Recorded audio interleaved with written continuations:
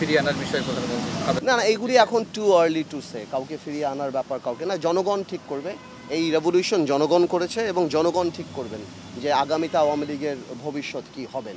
সামনে এই যে গণহত্যা, তার বিচার আছে, তার আরও অনেক কিছু আছে, আরও অনেক ইনভেস্টিগেশন আছে, কোথা থেকে বের হবে, কি হচ্ছে না হচ্ছে, সব কিছুর পর মানুষ ঠিক করবেন। রাজনৈতিক দল তো আসলে কাগজে কলমে হয় না, আর এটার ভাগ্য নিয়ন্ত্রণও কলমের খোঁচায় হয় না। জনগণই দাঁড় করায়, আবার জনগণই ছিটকে ফেলে দেয়। তো সময় বলে দেবে কি হবে। ঠিক আছে, বৈষম্য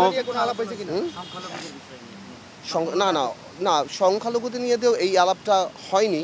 তবে এটা সত্যি কথা, মানে আমার আগে যারা আলাপ করেছেন, পরে আমি যাদের সাথে কথা বলেছি, এটা নিয়ে আমরা সবাই কনসার্ন যে আমরা সংখ্যালঘুদের এই প্রোটেকশনটা কিভাবে দেয়া যায়, বা এটাও মানতে হবে যত না হয়েছে তার বেশি ফলো করে বলানো হচ্ছে, এই জিনিসটা বলানো হচ্ছে, সেদিকেও কেয়ারফুল থাকতে হবে।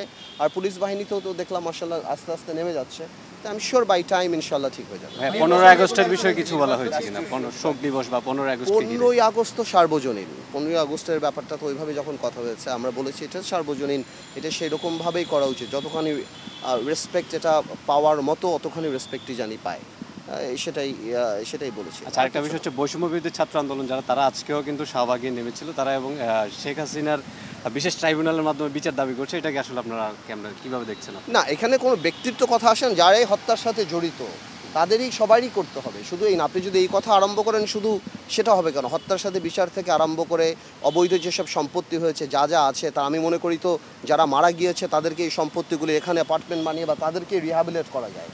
এই গত 15 বছরে যেই ধরনের দুঃশাসনে, এই ইলেকশনে যেই বেতন থেকে আরম্ভ করে, ভাতা থেকে আরম্ভ করে যা যাই ওনারা পেয়েছেন, এগুলি সবই তো অবৈধ। Constitution spirit is representation of by the people, ওগুলি তো ছিল না।